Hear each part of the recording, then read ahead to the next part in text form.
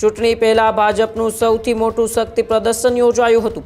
સંકલ્પ સંમેલનમાં 64 ઉમેદવારોએ શપથ લીધા હતા। ભાજપના કેટલાક નેતાઓ નારાજ હોવાની વાત રૂપાલાએ સ્વીકારી હતી। નાની મોટી નારાજગી છે એ વાત સાથે હું સંમત છું। એ લોકો ભાજપને હરાવવા માટે જ પ્રયાસ કરશે। જ્યારે પાર્ટીનો વ્યાપ એટલો મોટો થયો હોય એને કારણે અને સામે પસંદગીની મર્યાદા નિશ્ચિત હોય છે, તો ગુજરાતમાં ભારતીય જનતા પાર્ટીના માત્ર 182 જ કાર્યકર્તા એવા ના હોય કે જે ધારાસભ્યના પદ માટે લાયક હોય। દર પસંદગી વખતે આ એક સ્વાભાવિક ભારતીય જનતા પાર્ટી હોય કે કોઈ પણ પાર્ટી હોય એની અંદર આવા મુદ્દા ઉપસ્થિત થતા હોય છે। ત્યારે જ ન્યૂઝરૂમ ગુજરાતની યુટ્યુબ ચેનલને સબસ્ક્રાઇબ કરો અને ઇન્સ્ટાગ્રામ અને ફેસબુક પર ફોલો કરો। અપડેટ રહો, સત્યની સાથે રહો।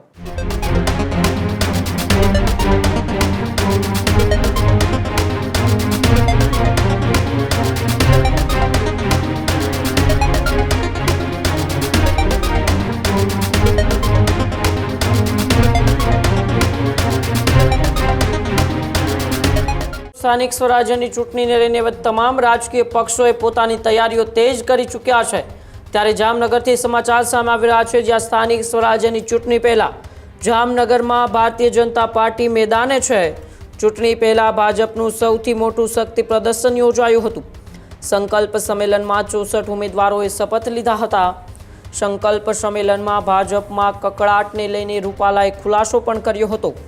ભાજપના કેટલાક નેતાઓ નારાજ હોવાની વાત રૂપાલાએ સ્વીકારી હતી। નાની મોટી નારાજગી છે એ વાત સાચી છે, આવી વાત પણ પુરુષોત્તમ રૂપાલાએ કરી હતી। એ લોકો ભાજપને હરાવવા માટે મદદ કરશે એ વાત ખોટી છે, આવી વાત પણ રૂપાલાએ કરી। ભાજપની મર્યાદા છે એ રીતે જ ચહેરાની પસંદગી થાય છે। કાર્યક્રમમાં જામનગરના તમામ દિગ્ગજ નેતાઓ પણ હાજર રહ્યા હતા। સાંસદ પૂનમબેન માડમ, મંત્રી રીવાબા જાડેજા સહિતના દિગ્ગજ નેતાઓની આ કાર્યક્રમની અંદર હાજરી જોવા મળી હતી। ત્યારે ધારાસભ્ય દિવ્યેશ અકબરી અને શહેર અધ્યક્ષ બીના કોઠારીની પણ આ કાર્યક્રમની અંદર હાજરી જોવા મળી હતી। ત્યારે ઠેર ઠેર જગ્યાએ આજથી રાજ્યમાં ભારતીય જનતા પાર્ટીએ પ્રચારના શ્રી ગણેશ કર્યા છે। ત્યારે જામનગરની અંદર પણ કાર્યક્રમ યોજાયો હતો, જેમાં રાજકોટના સાંસદ અને ભાજપના દિગ્ગજ નેતા પુરુષોત્તમ રૂપાલાનું નિવેદન સામે આવ્યું હતું।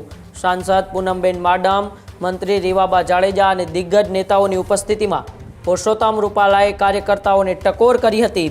તેમણે કહ્યું હતું કે ભાજપના કેટલાક નેતાઓ નારાજ છે। નાની મોટા નારાજગી હોય છે, વાત સાચી છે, પરંતુ એ લોકો ભાજપને હરાવવા માટે મદદ કરશે એ વાત સદંતર ખોટી છે, આવી વાત કરતા એ ભાજપના એ કાર્યક્રમની અંદર જામનગરમાં જે યોજાયેલો હતો તેમાં સાંસદ પુરુષોત્તમ રૂપાલાએ શું કહ્યું આપણે તેમને જ સાંભળીએ। નમસ્કાર। આજે ભારતીય જનતા પાર્ટી ગુજરાત પ્રદેશ દ્વારા મહાનગરોની અંદર ઉમેદવારો જનસેવા સંકલ્પના કાર્યક્રમો કરશે એવી એક કાર્યક્રમની રૂપરેખા આપવામાં આવેલ હતી। એના ભાગરૂપે ભારતીય જનતા પાર્ટી જામનગર મહાનગર દ્વારા જનસેવા એ જ પ્રભુ સેવા એવા સંકલ્પ લેવડાવવા માટેનો તમામ ઉમેદવારો માટેનો કાર્યક્રમ અહીંયા જાહેરની અંદર યોજવામાં આવ્યો હતો। એમાં ભાગ લેવા માટે હું પણ અહીંયા આવ્યો હતો। તમામ ઉમેદવારો અને શહેરના મુખ્ય આગેવાનો, સાંસદશ્રી, અમારા માનનીય મંત્રીશ્રી, ધારાસભ્યશ્રી અને વરિષ્ઠ આગેવાનોની ઉપસ્થિતિમાં આ કાર્યક્રમ સંપન્ન થયો છે। ખાસ કરીને પુરુષોત્તમભાઈ જે ઉમેદવાર પસંદગી છે એમાં ક્યાંક ને ક્યાંક નારાજગી છે, શું ભાજપ જ ભાજપને હરાવવાનું કારણ બનતું એવું લાગી રહ્યું છે? નાની મોટી નારાજગી છે એ વાત સાથે હું સંમત છું, પણ એ લોકો ભાજપને હરાવવા માટે જ પ્રયાસ કરશે એ વાત સાથે હું સંમત નથી। એટલા માટે કે જ્યારે પાર્ટીનો વ્યાપ એટલો મોટો થયો હોય એને કારણે અને સામે પસંદગીની મર્યાદા નિશ્ચિત હોય છે। સમજો કે ગુજરાતની અંદર 182 ધારાસભ્ય તરીકે ઉમેદવારોને આપણે પસંદ કરવાના હોય, તો ગુજરાતમાં ભારતીય જનતા પાર્ટીના માત્ર 182 જ કાર્યકર્તા એવા ના હોય કે જે ધારાસભ્યના પદ માટે લાયક હોય। અને એનો બીજો અર્થ એવો પણ ના કરી શકાય કે જેમને નથી પસંદ કર્યા એ ધારાસભ્ય માટેની લાયકાત નથી ધરાવતા, પણ એ કોન્સ્ટિટ્યુશનલ મર્યાદા છે, તો એના મર્યાદામાં જ આપણે પસંદ કરવું પડે। એટલે દર પસંદગી વખતે આ એક સ્વાભાવિક ભારતીય જનતા પાર્ટી હોય કે કોઈ પણ પાર્ટી હોય એની અંદર આવા મુદ્દા ઉપસ્થિત થતા હોય છે.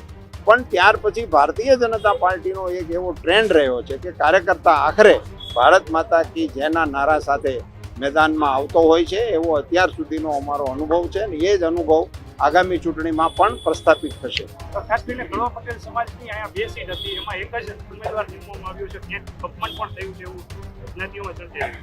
હું નથી માનતો કે એને અપમાન સાથે કે સમાજના અપમાન સાથે જોવું જોઈએ. વ્યક્તિગત કાર્યકર્તાઓનો પોતાનો મત અને અભિપ્રાય હોય છે, પણ એને પાર્ટીએ હવે ગુજરાતની ભારતીય જનતા પાર્ટી આ પ્રકારના આઘાતોને એબ્ઝોર્બ કરવા માટેની ક્ષમતા કેળવી લીધી છે. ખાસ કરીને જે પ્રદેશની પાર્લામેન્ટરીમાં નક્કી થયું હતું પક્ષ પલટીઓને ટિકિટ ન આપવી, પક્ષના નબળા કાર્યકર્તાઓને ટિકિટ આપવી, નેતાઓના અંગત લોકોને ટિકિટ ન આપવી, એવું પણ ક્યાંક ને ક્યાંક સામે આવ્યું છે. જેમ કે ધારાસભ્યોએ પણ ખાસ એટલે એનું એટલું બધું ડિટેલ વિશ્લેષણ કરવાથી કંઈ બીજો એનો કોઈ અર્થ નથી. પાર્ટી હંમેશા અમારી પાર્ટીનો એક આ પરંપરા રહી છે કે એ દર વખતે ઉમેદવારોને પસંદ કરે છે અને એ પ્રક્રિયા સુચારુ ઢબે આખા રાજ્યમાં સારી રીતે સંપન્ન થઈ ગઈ છે. હજુ સુધી તમે અમારી ચેનલને સબસ્ક્રાઇબ નથી કરી તો અત્યારે જ ન્યૂઝરૂમ ગુજરાતને સબસ્ક્રાઇબ કરો, ફેસબુક અને ઇન્સ્ટાગ્રામ પર ફોલો કરો.